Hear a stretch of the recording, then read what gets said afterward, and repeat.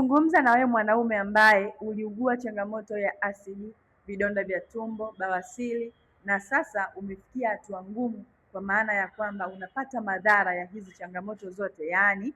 nguvu zako za kiume zimekuwa zinapungua sana na unashindwa kuperform vizuri tendo la ndoa, na umekuwa ukitafuta matibabu kwa lengo la kutibia changamoto yako ya uzazi, na unasahau kwamba changamoto yako ilianzia katika mfumo wa mmeng'enyo wa chakula. Hauwezi kuyapata matokeo ambayo unayahitaji kwa sasa kwa kutumia dawa kwa ajili ya kuongeza nguvu zako za kiume ama kutatua changamoto zako za uzazi.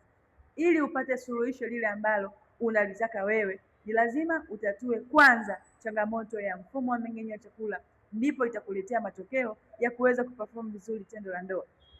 Ikiwa unapitia hali hiyo na unatamani kabisa kupata suluhisho la moja kwa moja la changamoto yako na kuweza kulimudu vizuri tendo la ndoa, kurudia raundi 2, 3 mpaka 4, unaweza ukanipigia simu leo ili nikusaidie kupa mwongozo wa vyakula na virutubisho muhimu ambavyo vitakusaidia wewe kuweza kutatua hiyo changamoto bila kujirudia. Share video hii kwa mtu mmoja ambaye ulimuona ama ulimsikia anapitia hali hii ili tuweze kumsaidia.